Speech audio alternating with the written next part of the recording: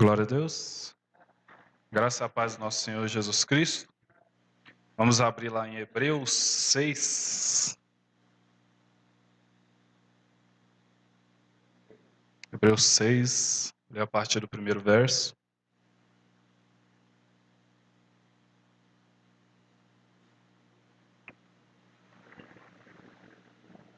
Os irmãos já devem estar sabendo de qual que está escrito lá em Hebreus.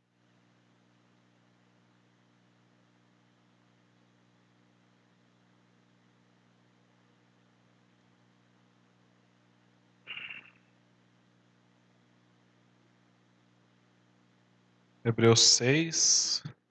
Vamos ler do verso 1 em diante. Amém? Todos encontraram? Hebreus 6. Então vamos à leitura. Portanto, deixemos os ensinos elementares a respeito de Cristo e avancemos para a maturidade, sem lançar novamente o fundamento do arrependimento de atos que conduzem à morte, da fé em Deus, da instrução a respeito de batismos, da imposição de mãos, da ressurreição dos mortos e do juízo eterno. Glória a Deus.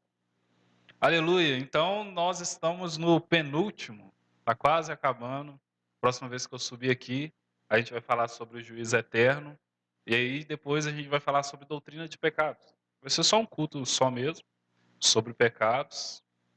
Depois vamos falar de reis. Creio que vai ser uns 3 cultos. Mas estamos finalizando aqui os fundamentos rudimentares da fé. Estamos finalizando o básico da fé cristã. E isso daqui é muito bom para um novo convertido.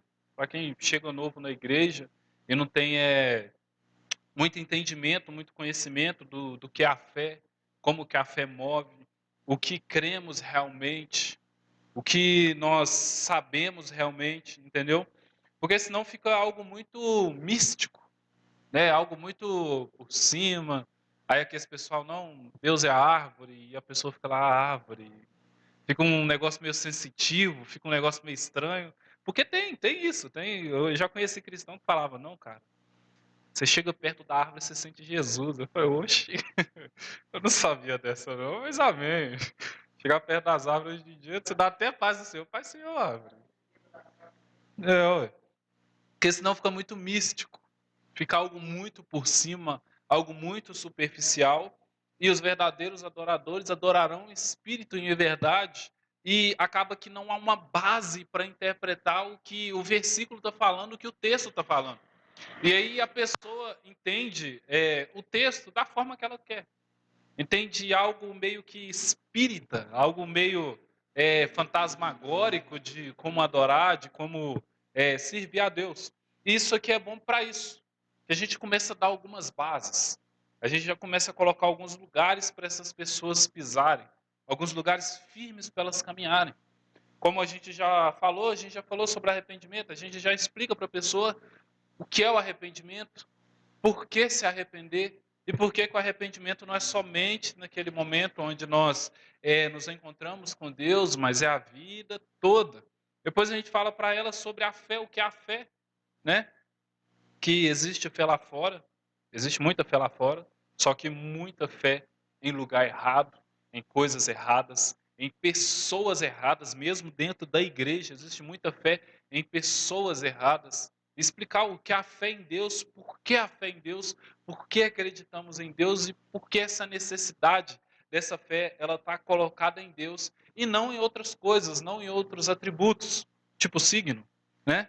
E também falamos a respeito da instrução de batismos, para a pessoa entender que não é somente moer a cabeça, né? Esse moer a cabeça é mais um batismo católico, né? A gente gosta de imergir completamente, né? Que essa imersão, né, que é o batismo, sobre o batismo em Cristo, que é quando já aconteceu ali a conversão, só falta a pessoa mostrar publicamente que aconteceu a conversão, que aí é o batismo nas águas. Nós temos o batismo no Espírito Santo, que é um fortalecimento para a pessoa continuar seguindo, né? Normalmente quem tem o batismo no Espírito Santo segue firme até o fim. E o batismo no fogo, que é quando a gente vai sendo aperfeiçoado por Deus, vai sendo aperfeiçoado por essa presença dele, vai sendo aperfeiçoado pelo Espírito Santo de Deus. E a imposição de mãos, que é maravilhoso. A gente crê na imposição de mãos, crê no poder da imposição de mãos, crê que quando a gente põe a mãos e declara com fé, declara com certeza, acredita naquilo, aquilo pode acontecer. Seja uma transferência de dons, seja cura, seja libertação, seja um próprio batismo no Espírito Santo, impor as mãos e falar, seja batizado no Espírito Santo de Deus. A gente crê que realmente há poder na imposição de mãos e que não é algo que a gente só vai assistir na televisão, em alguns canais aí que passam isso, ou que só vai ver em alguns filmes, mas não que é algo real e que é algo que acontece e que deveria acontecer no nosso meio. Porque quando a gente estuda a imposição de mãos, principalmente, parece que você teve fé, a imposição de mãos já é real, já acontece. Parece que a imposição de mãos só não é real para quem não tem fé. E é algo poderoso e algo maravilhoso que deveria ser muito, como é que fala? Muito mais, deveria acontecer muito mais vezes no nosso meio. Muitas mais vezes no nosso meio. Não tão poucas quanto acontece hoje em dia. Hoje em dia, aparentemente, parece que a gente nem tem fé, né? Porque a imposição de mãos é quase que um fundamento, né, largado. Acontece em alguns lugares, mas acontecem de formas estranhas às vezes também, aí eu tenho que dizer isso. Às vezes acontece de uma forma que você fala, não sei não, viu, irmão? Mas é um fundamento da fé. E hoje nós vamos falar da ressurreição dos mortos.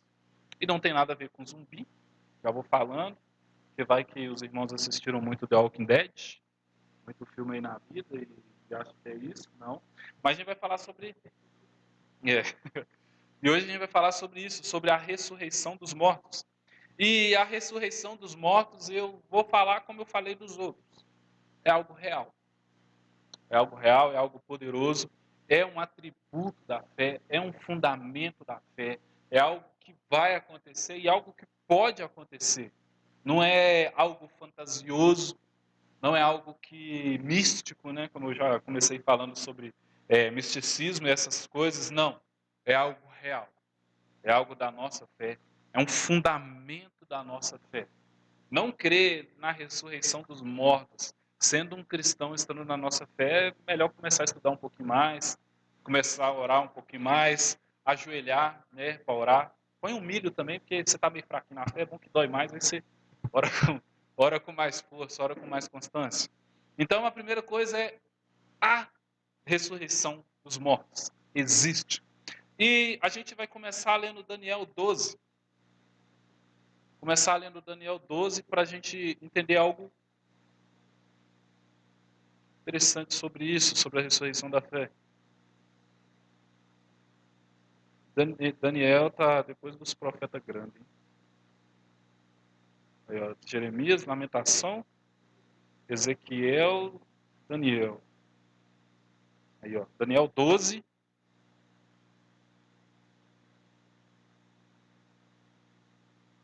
Aí, ó, Daniel 12, vamos ler a partir do verso 2.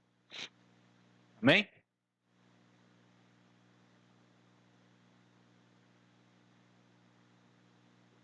E aqui está falando sobre os tempos do fim. Vamos lá, está escrito, verso 2 em diante, Daniel 12. Multidões que dormem no pó da terra acordarão, uns para a vida eterna, outros para a vergonha, para o desprezo eterno. Então, existe ressurreição dos mortos. Então, amém. Todos nós vamos experimentar isso? Vamos. Todos nós vamos experimentar isso. Se Jesus voltar agora, né? Provavelmente não. Mas se Jesus voltar após nós chutarmos o balde, né? Morrermos, bater as botas, todos nós iremos experimentar a ressurreição dos mortos. E não somente nós que cremos iremos experimentar a ressurreição dos mortos, mas aqueles que não creem também vão experimentar a ressurreição dos mortos. E aqui no texto de Daniel é claro, multidões que dormem no pó da terra acordarão, uns para a vida eterna e outros para a vergonha, para o desprezo eterno. Então todos nós que cremos, todos nós que confiamos, todos nós que acreditamos em Jesus, todos nós que entregamos a nossa vida a Ele, e amamos Ele, amamos essa presença e vamos continuar até o resto das nossas vidas, amando essa presença e procurando cada vez mais dele, todos nós vamos experimentar a ressurreição dos mortos. Todos nós vamos encontrar com Ele, todos nós vamos ver Ele, todos nós vamos ver o final de tudo, porque aqui é o fim dos tempos. Há uma analogia sobre o fim dos tempos, sobre uma questão que está acontecendo aqui no texto, mas também interpretado como o fim dos tempos geral para todos. Então todos nós vamos experimentar isso. Porém, não é somente os que creem. Aqueles que não creem também vão experimentar isso. Aqueles que não acreditam também vão experimentar a ressurreição dos mortos.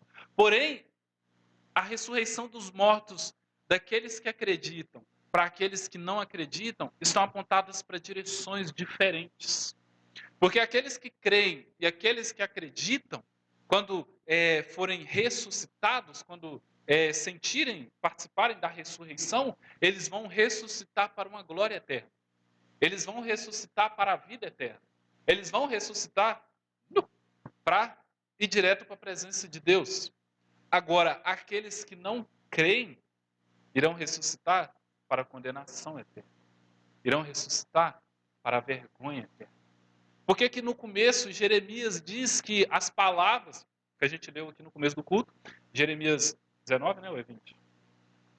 Jeremias 20, ele diz que as palavras dele são de violência e destruição. Jeremias não chegava e ministrava, você é o ponto fraco de Deus, né? Jeremias não chegava e ministrava somente sobre o amor de Deus, não. Amor, aquilo ali, aquilo lá, tudo mais, pá, isso aqui. Não. As palavras de Jeremias eram sobre violência e sobre destruição. Porque todos aqueles que não estão debaixo da mão do Senhor, todos aqueles que não querem estar debaixo da mão do Senhor, todos aqueles que negam e negam e negam e negam e negam e vão continuar negando até o final de suas vidas, as palavras que são de vida para aqueles que creem, para aqueles que não creem, são palavras de morte. Ou seja, se nós estamos caminhando direto para uma vida eterna, eles estão caminhando direto para uma condenação eterna. Estão caminhando direto para o lago de fogo e enxofre. Então, existe vida eterna. Opa, não é esse é o tema, não. Existe ressurreição e essa ressurreição não vai ser experimentada somente pelos santos, justos, somente pelos justos, mas será experimentada também pelos injustos. Só que cada uma dessas ressurreições do justo e do injusto está aprontada para uma direção diferente. E essa setinha dessas ressurreições, elas são apontadas pela vida que nós vivemos. Se eu vivo uma vida apontada diretamente para a vida eterna, diretamente para Jesus, diretamente para Deus, eu estou seguindo diretamente para lá. Quando eu ressuscitar, eu já estou indo para lá, porque a minha setinha já está apontada para lá. Agora, se a minha setinha está apontada para o outro lado, coitado, né? Coitado. Vamos ler Atos 24.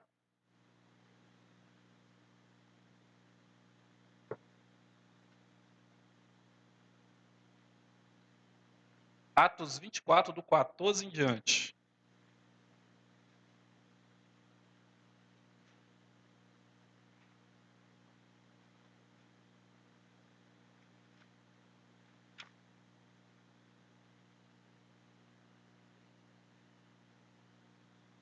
Atos 24, verso 14.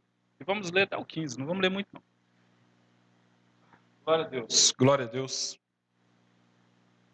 Confesso-te, porém, que adoro o Deus dos nossos antepassados, como seguidor do caminho a que chamam seita. Creio em tudo o que concorda com a lei e no que está escrito nos profetas. E tenho em Deus a mesma esperança desses homens, de que haverá ressurreição, tanto de justos como de injustos. Então Paulo foi preso. Aí Paulo está no julgamento. E ele está conversando com alguém que diz acreditar em Jesus, que diz acreditar nas coisas que Jesus fez e que diz acreditar na vida eterna, né? Ele está ministrando. E aqui, quando ele está conversando, quando ele está falando, ele diz que ele confessa essa fé. Que ele confessa essa fé e que ele está com esses irmãos, ao qual alguns chamam de seita, né? Porque para os judeus até hoje, a Jesus e aqueles que seguem Jesus é uma seita, né? E aqui no finalzinho, né, que é o que importa, né, no 15, não que não importa o resto, né? E tenho em Deus a mesma esperança desses homens, de que haverá ressurreição tanto de justos como de injustos. Isso aqui é o quê? Às vezes as pessoas, porque a gente pega algo do Velho Testamento, ela fala, não tem isso, porque no Novo Testamento não apresenta isso. Está aqui, ó. Está aqui, próprio Paulo falando que vai haver uma ressurreição tanto de justos quanto de injustos. Porque existe uma teologia lá fora que não vai acontecer essas coisas, mas vai acontecer essas coisas. Tem irmão aí que ele deveria dormir de olho aberto por estar acreditando em tais teologias, em tais ministrações, porque vai haver a ressurreição tanto de justos quanto de injustos. Tem gente que acha que o ímpio, que o ateu, que aquele que não segue a Deus, ele não vai ressuscitar. Ele morreu, acabou a vida. Acabou, vai ser apagado da existência. Que bom seria se fosse apagado da existência, mas não vai. Vai ressuscitar. E vai ressuscitar com a setinha apontada lá para outro lugar. Que ele não vai querer ir, mas a vida que viveu não vai dar, não vai ajudá-lo. João 5, não vai ter. Vamos lá, João 5, 28 e 29. Glória a Deus. E agora nós vamos para quebrar mais uma, porque tem gente que não aceita do Velho Testamento e tem gente que não aceita coisa que Jesus não falou. Então a gente já quebra os três. Ó, toma Velho Testamento, ó, toma Novo Testamento, toma Jesus.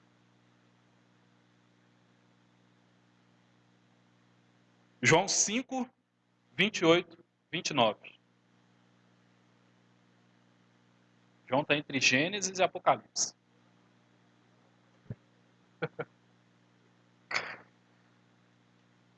Glória a Deus, Deus é bom, Deus é poderoso. Salvador das nossas vidas. Glória a Deus. João 5, 28 e 29. Está escrito. Não fiquem admirados com isto, pois está chegando a hora em que todos os que estiverem nos túmulos ouvirão a sua voz. E sairão os que fizeram o bem, ressuscitarão para a vida, e os que fizeram o mal ressuscitarão para serem condenados. Ou seja, não tem jeito. Não tem jeito. Existe a ressurreição vai acontecer quanto para justos, quanto para injustos. E os justos irão para a vida eterna, e os injustos serão condenados, serão jogados no lago de fogo. Agora a gente já entende que existe a ressurreição. A gente já entende que a ressurreição é tanto para justos quanto injustos. Porém, na nossa mente vai acontecer ao mesmo tempo. O justo ressuscitou e o injusto também ressuscitou. Porém, não é assim que a Bíblia diz. Agora vamos para Apocalipse 20.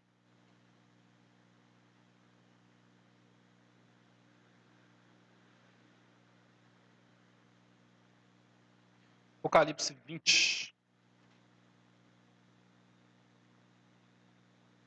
Vamos ler o 1 e o 3, só para contextualizar. E aí a gente vai bem para frente. Amém? Apocalipse 20, verso 1 em diante. Vi descer dos céus um anjo que trazia na mão a chave do abismo e uma grande corrente. Ele prendeu o dragão, a antiga serpente, que é o diabo, Satanás, e o acorrentou por 1000 anos. Lançou-o no abismo, fechou-o e pôs um selo sobre ele, para assim impedi-lo de enganar as nações, até que terminassem os 1000 anos. Depois disso, é necessário que ele seja solto por um pouco de tempo. Então aqui já aconteceu coisa demais. Aconteceu coisa demais. Já foi as trombetas, já foi as taças, já aconteceu um tanto de coisa. E agora vem um anjo, e esse anjo prende o diabo, prende Satanás. E ele vai ficar preso durante 1000 anos. É o famoso milênio ao qual nós ouvimos tanto falar. E, porém, depois desses 1000 anos, ele vai ser solto mais uma vez. Só que aqui nesse momento é que vem a ressurreição. Vamos ler o verso 4. Vi tronos em que se assentavam aqueles a quem havia sido dado autoridade para julgar. Vi Vi as almas dos que foram decapitados por causa do testemunho de Jesus e da palavra de Deus. Eles não tinham adorado a besta nem a sua imagem e não tinham recebido a sua marca na testa nem nas mãos. Eles ressuscitaram e reinaram com Cristo durante 1000 anos. E aqui nós temos os justos sendo ressuscitados. Nós já falamos que a igreja vai passar pela grande tribulação. Nós temos aqui as pessoas que foram decapitadas. Nós temos aqui as pessoas que não aceitaram a marca da besta. Nós temos aqui aqueles que foram perseguidos, aqueles que foram oprimidos, aqueles que sofreram na mão de um mundo perverso que estava sobre as mãos do diabo, aonde estava apertando. E esses que morreram ressuscitaram.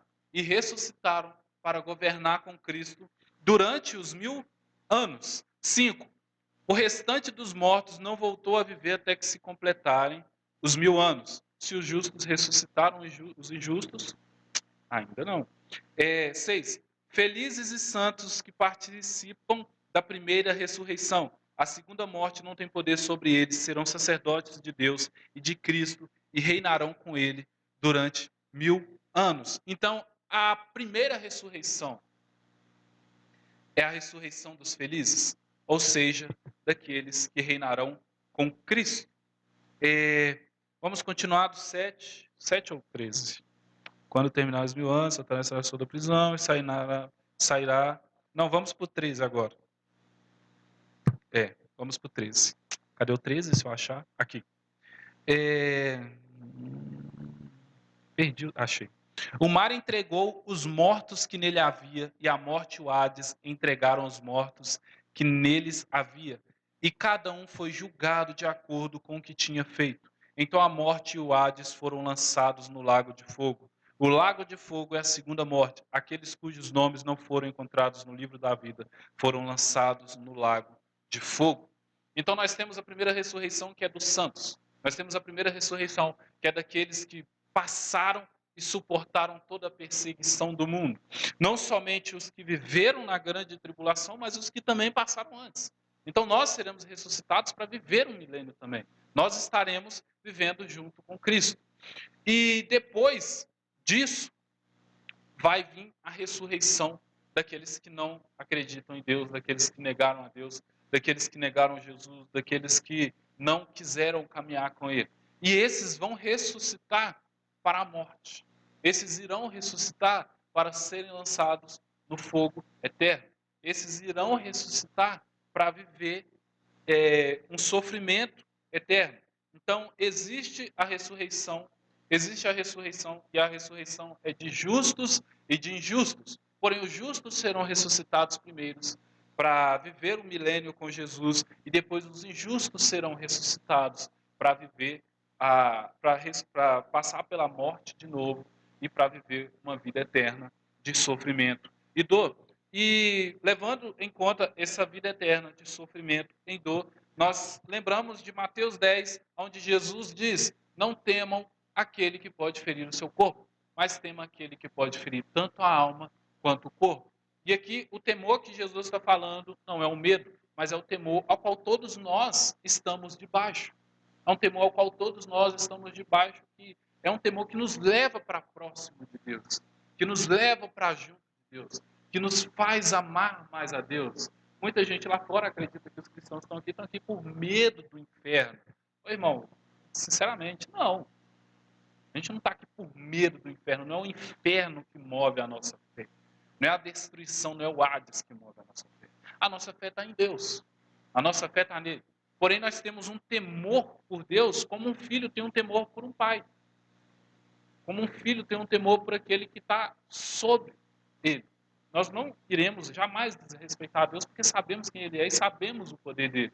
Porém, o nosso relacionamento é como de pai e filho.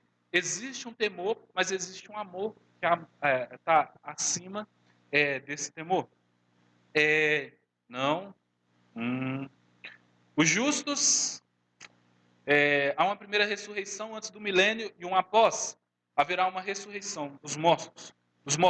Os justos vão com o corpo glorificado para a vida eterna, e os ímpios irão com a alma e o corpo para o lago de fogo, porque a ressurreição não é somente uma ressurreição da alma, não é somente uma ressurreição do espírito, mas é uma ressurreição do corpo por completo, com tudo.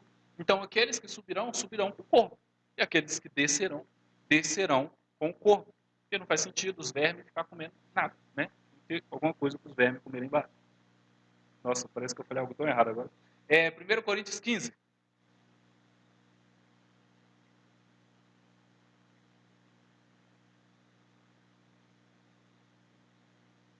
E eu nem falei nada errado. É a moral humana. 1 Coríntios 15.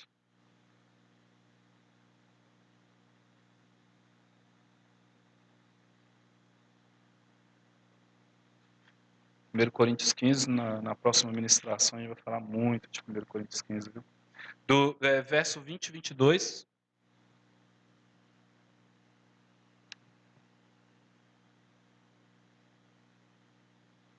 Meu Coríntios 15 é maravilhoso, gente.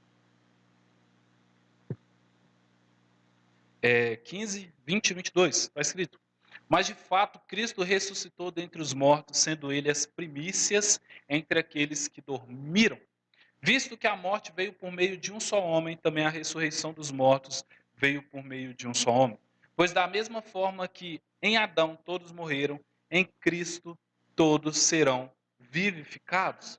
Então, por meio de Adão morremos, e por meio de Cristo viveremos. Então, com Adão vem a morte, com Jesus vem a vida, ou a ressurreição, que é aquele que estava morto voltou a viver. Vamos ler o 23. Mas cada um por sua vez, Cristo o primeiro, depois quando ele vier, os que lhe pertencem.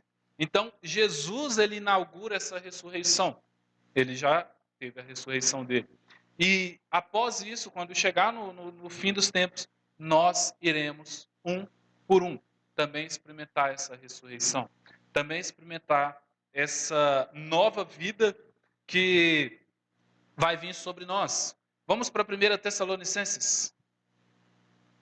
Eu consegui falar rapidão. É um pouquinho para frente só, viu?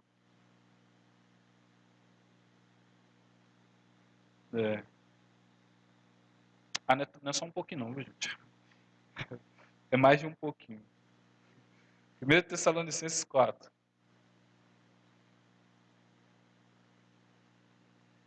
É, 4:16. Vamos ler o 16, o 17. Vamos lá? Glória a Deus.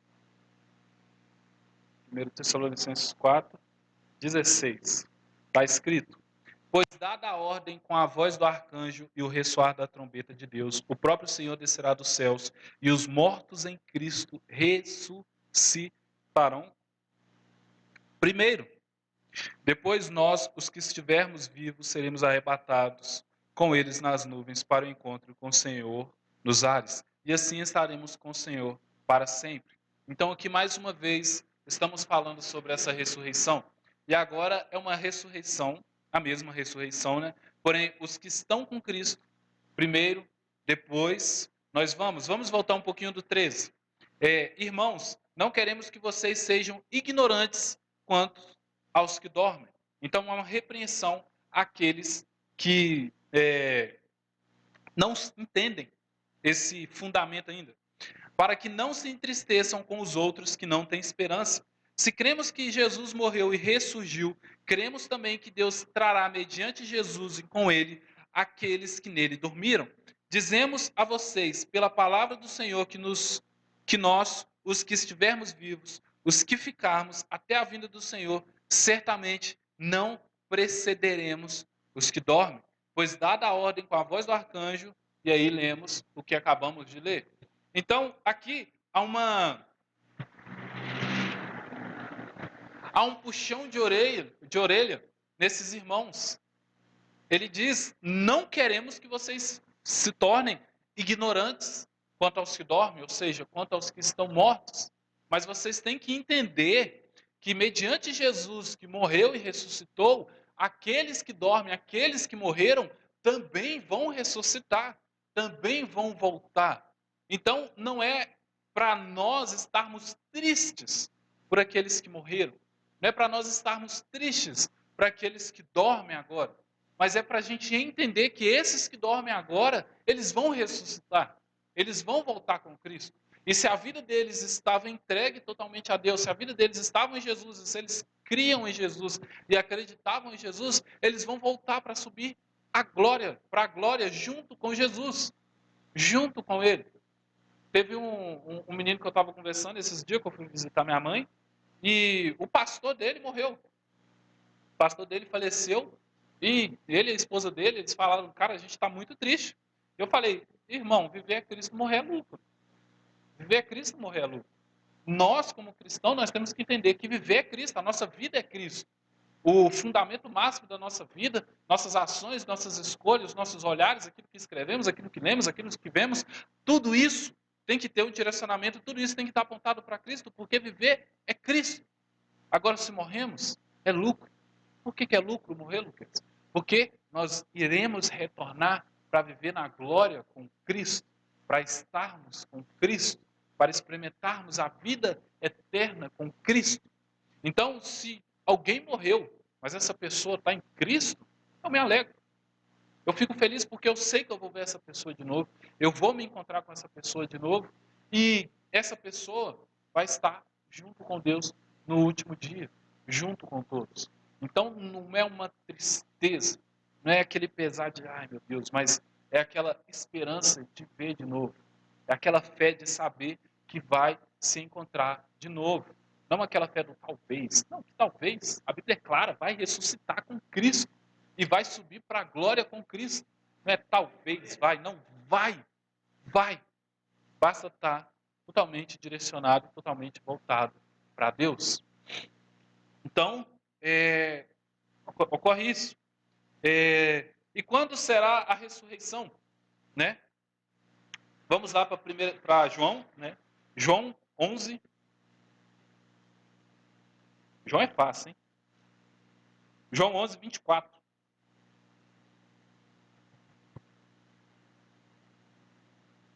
Glória a Deus. João 11, 24.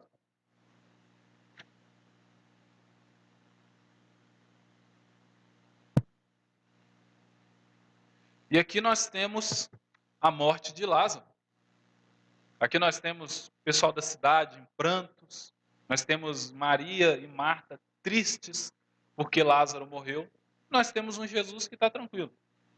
Nós temos um Jesus que fala para os discípulos, é o seguinte, Lázaro dormiu, os discípulos não entendem nada. Aí Jesus fala, não, vamos lá para ter com Lázaro. Os discípulos, a gente vai dormir também? Como assim, Jesus? Não entende nada.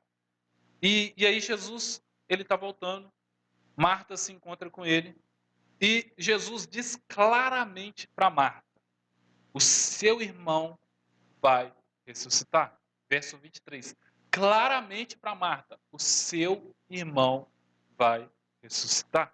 Então Jesus está falando claramente de um milagre que ele vai fazer ali naquele lugar agora. Claramente. E aí Marta, ela vem falar de algo que a gente está pregando hoje. Que não é a ressurreição que vai acontecer agora, mas é uma ressurreição que vai acontecer no fim dos tempos, que ela diz, Marta respondeu, eu sei que ele vai ressuscitar na ressurreição no último dia. Então, quando que vai acontecer essa ressurreição de justos e injustos? Quando que vai acontecer essa ressurreição de uns que vão subir e outros que vão descer? Nos últimos dias. Até porque não faria sentido começar a ressuscitar o pessoal agora para não acontecer nada. Então, a ressurreição vai ser nos últimos dias. Vamos para João 6. João 6, vamos ler o verso 40.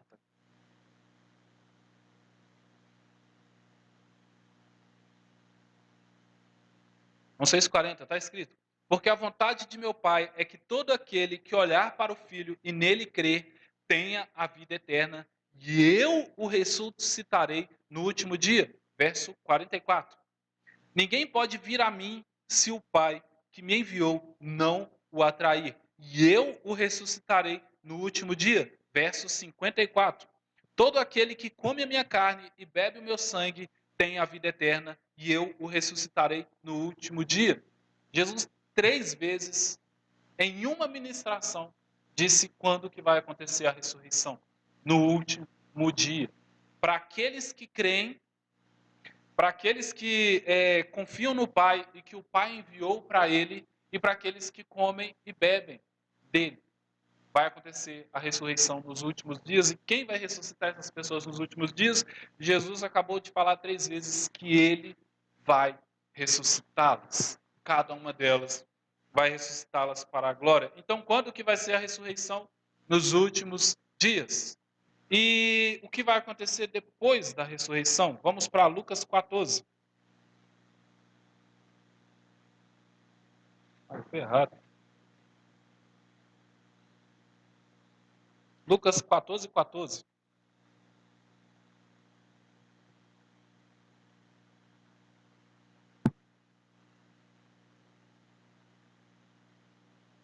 Aposto que vocês estão com saudade das pregações positivas, que eu pegava só um texto e ministrava só ele, né?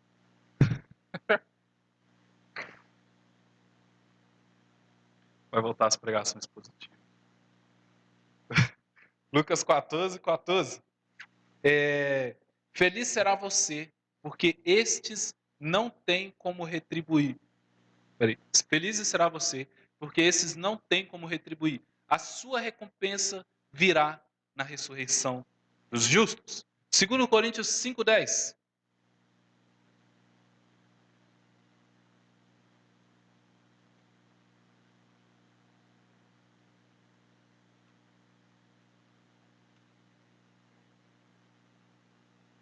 2 Coríntios 5:10.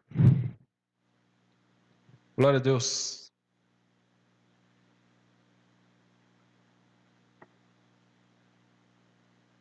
Está escrito: pois todos nós devemos comparecer perante o tribunal de Cristo, para que cada um receba de acordo com as obras praticadas por meio do corpo, quer sejam boas, quer sejam más.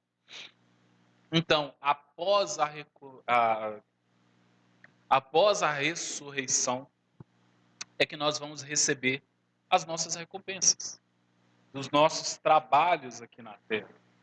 Porque vai haver recompensas, né? O famoso galardão, que nós gostamos de falar, galardão no céu. Sabemos o que é? Eu não sei. Se alguém souber biblicamente, amém. Mas vai haver as recompensas. Vai acontecer isso. E essas recompensas, esses galardões, serão entregues após a ressurreição. Ou seja, serão entregues após nós subirmos com Ele, após nós estarmos com Ele. Então, é isso que vai acontecer após a ressurreição. E agora, o que vai acontecer com os nossos corpos? 1 João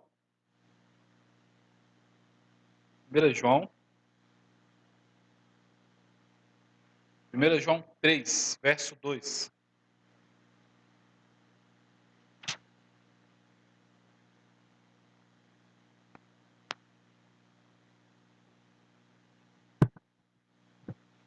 Não, dessa vez eu peguei versículo, viu? Olha.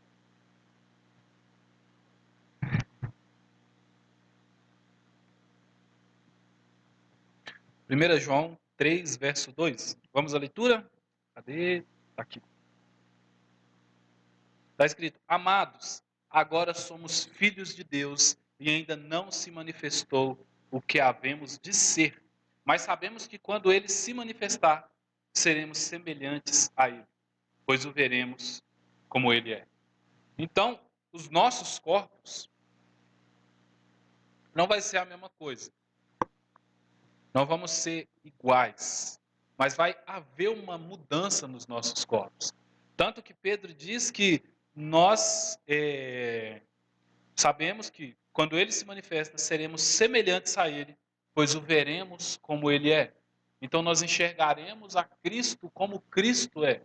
Aquela visão que cegou muitos, que dificultou muitos, nós conseguiremos ver como ele é. Conseguiremos enxergá-lo em essência. Lá em 1 Coríntios 15, do 48 ao 49, Filipenses 3, do 20 ao 21, Romanos 8, 23, tudo está falando sobre isso, sobre essa semelhança que nós vamos ter com Cristo e sobre nós podermos enxergar Cristo. podermos enxergá-lo, podermos vermos, sermos parecidos com ele. E quais são essas características desse corpo de Cristo? Vamos ler Lucas 24, mais uma vez.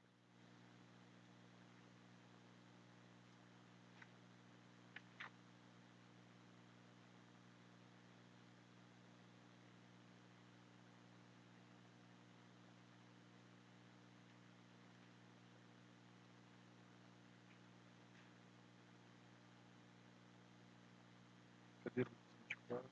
Qual versículo que é? Vamos ler Lucas 24, 30, verso 30. Amém? Está escrito assim: quando estava à mesa com eles, tomou o pão, deu graças, partiu e o deu a eles. Então os olhos deles foram abertos e reconheceram, e ele desapareceu da vista deles. Vamos ler o 39 agora? Vejam as minhas mãos e os meus pés, sou eu mesmo. Toquem-me e vejam. Um espírito não tem carne nem ossos, como vocês estão vendo que eu tenho. 41. E por não crerem ainda, não, tão cheios estavam de alegria e de espanto, ele lhes perguntou: vocês têm aqui algo para comer? Deram-lhe um pedaço de peixe assado e ele o comeu na presença dele. Então nós temos, tem João 20, 19 também, mas não vamos ler não. Então nós temos aqui Jesus ressuscitado com o corpo dele, o corpo que subiu aos céus. Então esse corpo, ele pôde tocar na matéria. Ele comeu, ele se alimentou com eles. Porém, lá em João 20, 19, todas as portas estavam trancadas, mas ele adentrou. E aqui nós vemos ele com os discípulos do caminho de Emaús, que ele desaparece. Esse é o corpo de Cristo. Não sabemos direito a essência, mas sabemos que houve toque. Não sabemos direito a essência, mas sabemos que desapareceu, foi para outro lugar. Sabemos que atravessou uma parede. Esse é o corpo de Cristo. E estava com as marcas aí. Esse é o corpo de Cristo. Não tem como mensurar como é literalmente, mas aqui nós temos um vislumbre do corpo ressuscitado de Cristo, como ele é. Lá em Apocalipse nós temos outras coisas. Só que Apocalipse é tão representativo que eu não tive ousadia de trazer as representações. Preferi ficar com essa aqui. E agora nós vamos falar de níveis de glória daqueles que vão ressuscitar, porque tem isso também. Vamos para Hebreus 11.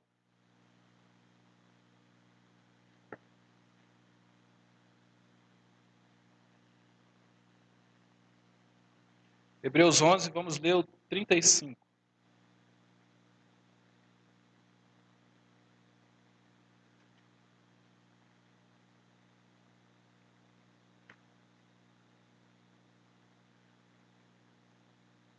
Está escrito: houve mulheres que, pela ressurreição, tiveram de volta os seus maridos. Uns foram torturados e recusaram ser libertos para poderem alcançar uma ressurreição superior. E aí a Bíblia quebra a gente, que a gente fica, tá, vai ter uma ressurreição, mas agora tem uma ressurreição superior. E aqui nós vemos que são pessoas que foram perseguidas. Nós vemos que são pessoas que sofreram nas mãos dos seus malfeitores. Mas são pessoas de tanta fé, que elas persistiram, que elas continuaram. E que elas nem queriam que fosse retirada delas essas dores. Porque há uma ressurreição superior. E eles queriam experimentar essa ressurreição superior. Lá em 1 Coríntios 15, vamos lá, para não ficar só em Hebreus.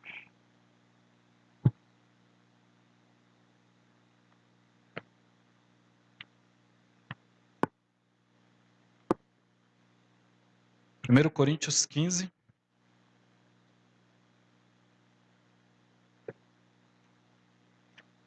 Quinze, 35.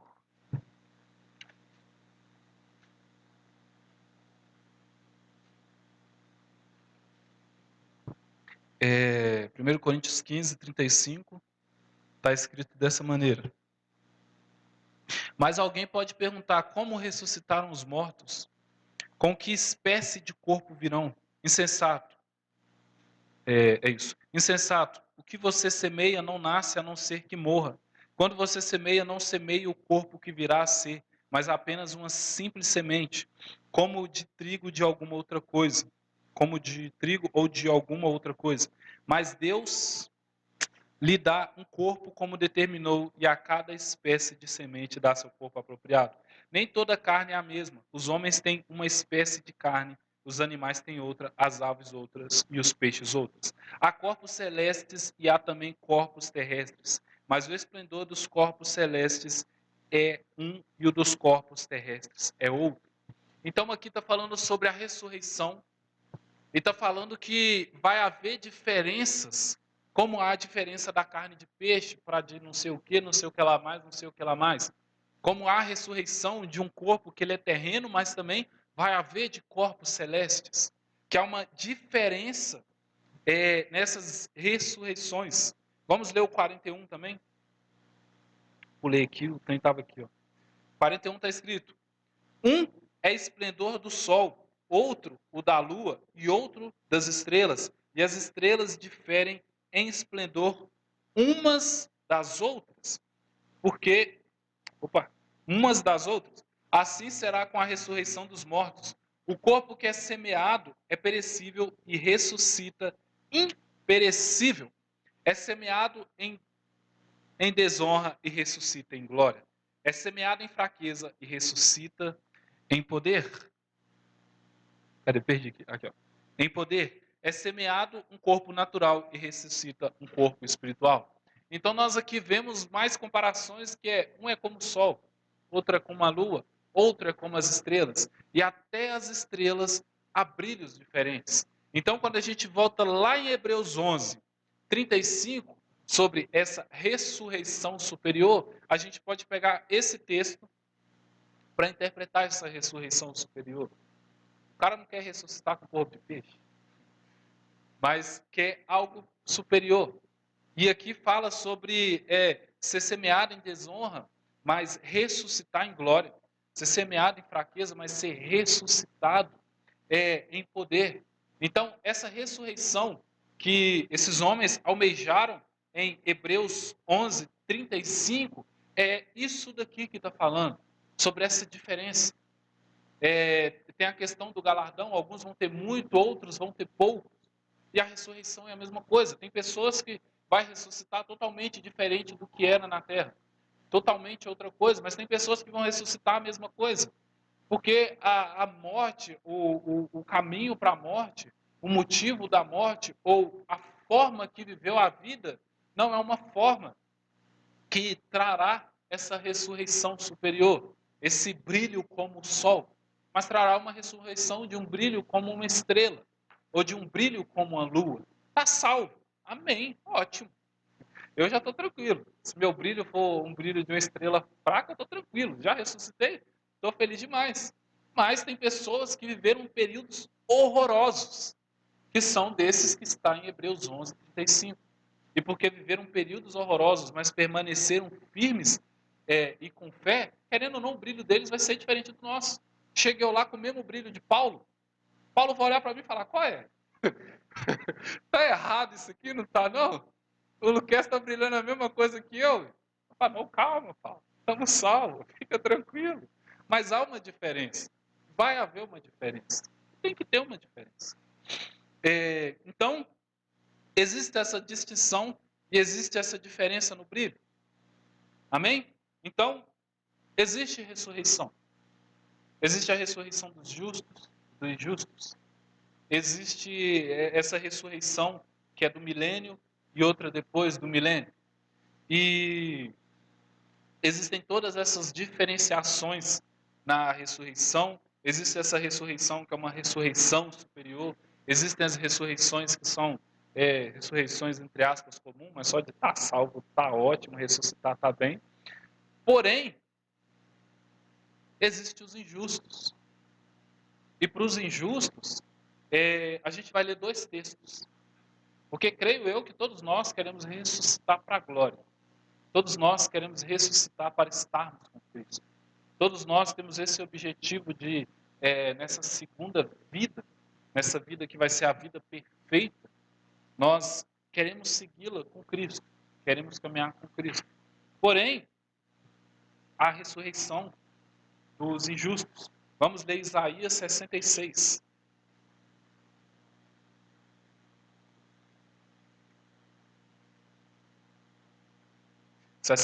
Do 24 em diante.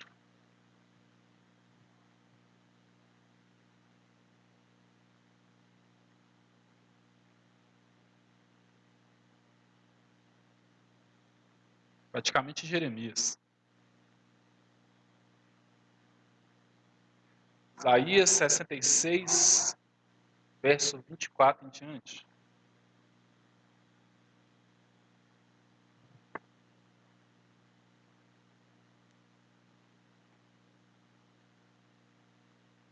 Isaías que morreu cerrado ao meio. Aí como é que na ressurreição tem o mesmo corpo que Isaías? Amém? Vamos à leitura? Sairão e verão os cadáveres dos que se rebelaram contra mim. O verme destes não morrerá, e o seu fogo não se apagará, e causarão repugnância a toda a humanidade. Marcos 9. Marcos 9, 47.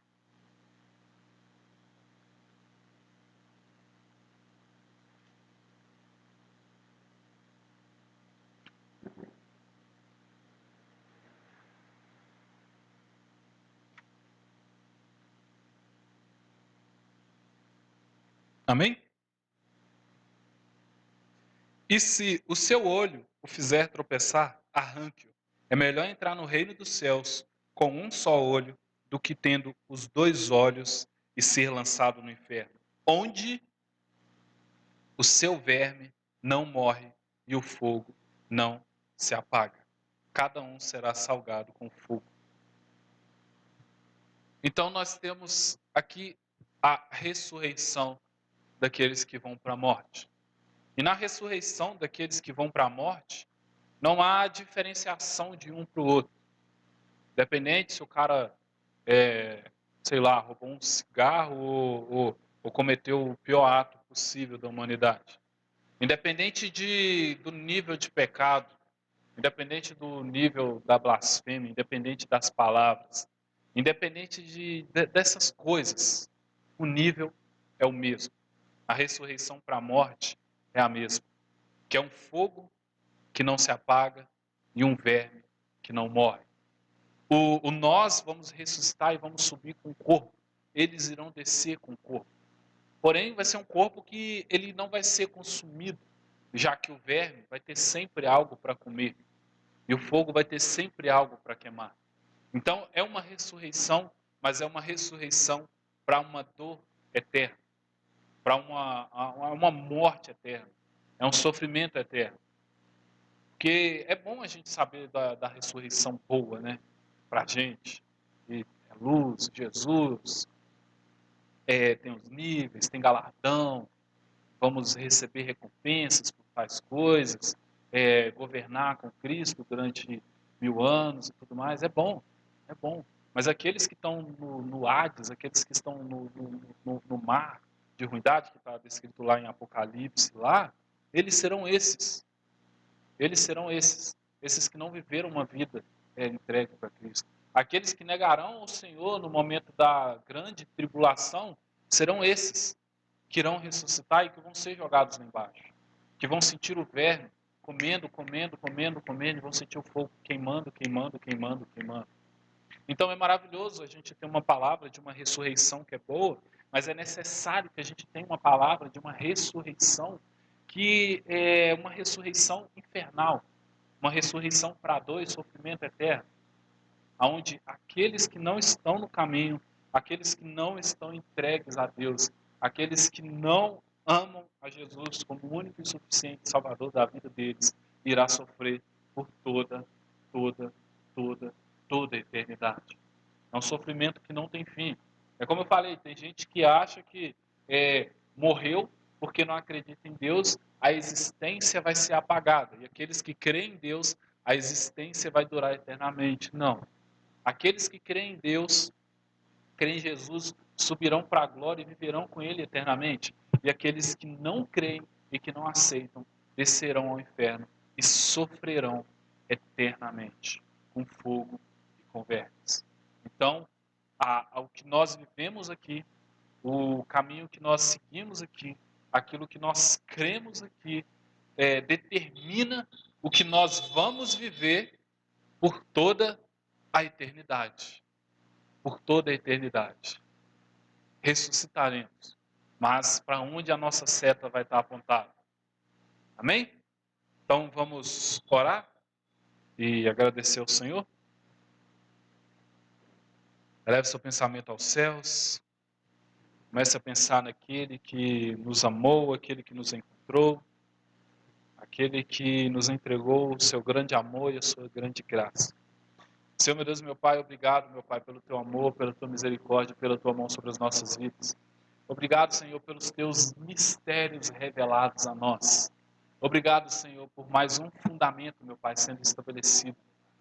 Senhor, obrigado pelo teu ensino, meu Pai. Obrigado por tudo aquilo que o Senhor nos apresentou, meu Pai.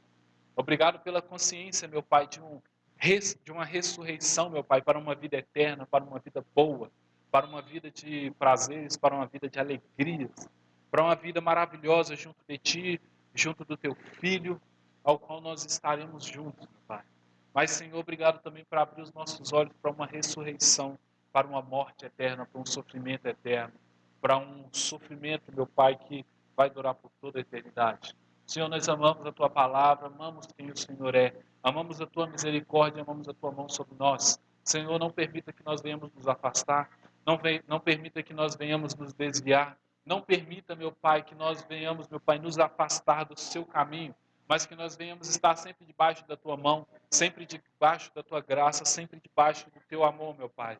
Que nós jamais venhamos nos desviar, meu Pai. Senhor, que o nosso coração esteja voltado para Ti, meu Pai. E nós oramos para que o coração dos nossos familiares estejam voltados para Ti também, meu Pai. Que eles sejam tocados, meu Pai. Que eles sejam transformados, meu Pai, pelo Teu Espírito Santo, meu Pai. Não queremos, meu Pai, que eles passem, meu Pai, o que está descrito, meu Pai, na Tua palavra, meu Pai. Mas queremos que eles ressuscitem, meu Pai, para uma vida boa, meu Pai.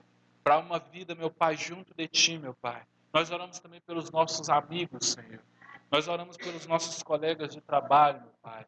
Nós oramos, meu Pai, para que o mundo, meu Pai, venha te conhecer, venha se dobrar, meu Pai, para o Senhor, meu Pai. Que o demônio, meu Pai, que Satanás não venha enganar as pessoas, meu Pai, com um prazer que é temporário aqui na terra, meu Pai. Porque se eles abraçarem esses prazeres temporários aqui na terra, eles experimentarão um sofrimento eterno lá embaixo, meu Pai, no inferno. Então, meu Pai, toca, meu Pai, nessas pessoas, muda o coração delas, transforma corações que são pedras em carne, meu Pai. E que, meu Pai, quando o grande dia chegar, meu Pai, todos nós venhamos estar juntos contigo, todos nós venhamos estar juntos de Jesus, seguindo para a sua grande glória e para o seu grande amor. Meu Pai, muito obrigado, meu Pai. Amém, Senhor. Amém. Glória a Deus. Amém? Irmãos, vamos finalizar, mas eu vou pedir para a igreja se colocar de pé, vou fazer uma oração antes de finalizar. Se coloquem de pé, você que pode, e vamos orar. Tem uma família que está passando um processo difícil e cabe a nós, né, como igreja, orar. Essa pessoa também é cristã. Amém? Feche seus olhos. Eu não lembro o nome da irmã, mas vou falar o nome do filho dela. Amém? Pai, Deus, aqui nós colocamos diante do Senhor, mais uma vez, as nossas petições, Pai. Nós viemos aqui, né, sermos alimentados no Espírito, Deus, ouvir essa palavra que o Senhor trouxe ao nosso coração, nos despertando, trazendo para nós conhecimento. E também, papai, colocar diante do Senhor aquilo que nós almejamos, pela vida dos nossos irmãos também. Então, Pai, eu te apresento a mãe do Mateus, toma ela na tua presença, Senhor, e a sua família num todo. Pai, ela passa por um processo difícil e doloroso, Pai. Mas que o Senhor, Pai, possa fortalecê-la, Senhor, trazendo sobre a vida dela, Pai, a tua bênção, trazendo sobre ela, Pai, o refrigério do Senhor, em nome de Jesus. Que ela possa desfrutar, meu Pai, das tuas maravilhas. Assim também, meu Pai, a vida do Mateus, toma ele, Pai, e leve, Pai, a entender o teu chamado, o teu propósito, Pai. Encontrar o caminho, meu Pai, essa luz, encontrar Jesus. Então, Deus, nós suplicamos ao Senhor, clamamos a Ti, Pai, nós viemos aqui recorrer ao Senhor, meu Pai, em prol da vida do Mateus, da mãe dele e de todos os seus familiares. Conceda sobre eles, Pai, graça, sabedoria e direção, libertação e restauração, para a glória do Teu nome, Pai. Assim nós oramos, Deus, em nome de Jesus. Muito obrigado, Deus, pela palavra. Obrigado por nos instruir, Senhor, mais uma vez. E nos leva, Pai, de volta para o nosso lar, abençoado, Deus, protegido, nos dando aí uma semana de vitória. Esse mês que se inicia hoje, Pai, o mês de outubro, Pai, nós colocamos diante do Senhor que esse mês, meu Pai, seja um mês de bênção, Pai, aos seus filhos, um mês de prosperidade, um mês, Pai, de crescimento espiritual, um mês, ó Pai, no qual nós possamos desfrutar, Pai, das grandiosas maravilhas do Senhor, do poder do Senhor, em nome de Jesus. Que a bênção de Deus Pai, a comunhão do Espírito Santo Consolador, esteja em cada um de nós, hoje e todo sempre. E todos dizem, amém. Ide em paz e que Deus os acompanhe, em nome de Jesus.